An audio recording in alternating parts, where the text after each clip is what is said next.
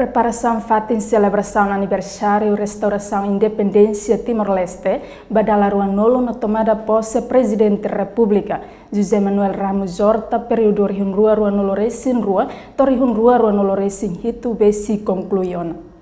Serviço Preparação fatin celebração aniversário restauração independência Timor-Leste badala ruanolo no tomada posse presidente da República José Manuel Ramos Horta período rihunrua ruanolo resin rua to rihunrua ruanolo resin hitu semana ikusne launa manas. Tuir observação televisão Timor-Poste sexta-feira semana ne iha tasitolu Komoro Dili facilidade siranebe basic pronto ona makpalku tomada de posse.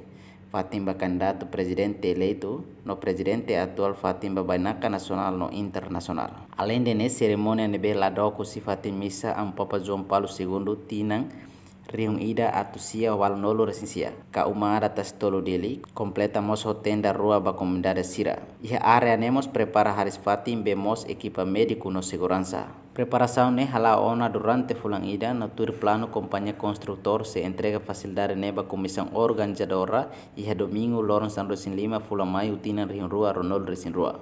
Atualmente equipa segurança husi unidade batalhão ordem pública halona segurança máximo e área tastolo Komoro Dili. Reportagem Sabina Sansa Celestina Fala televisão Timor-Poste.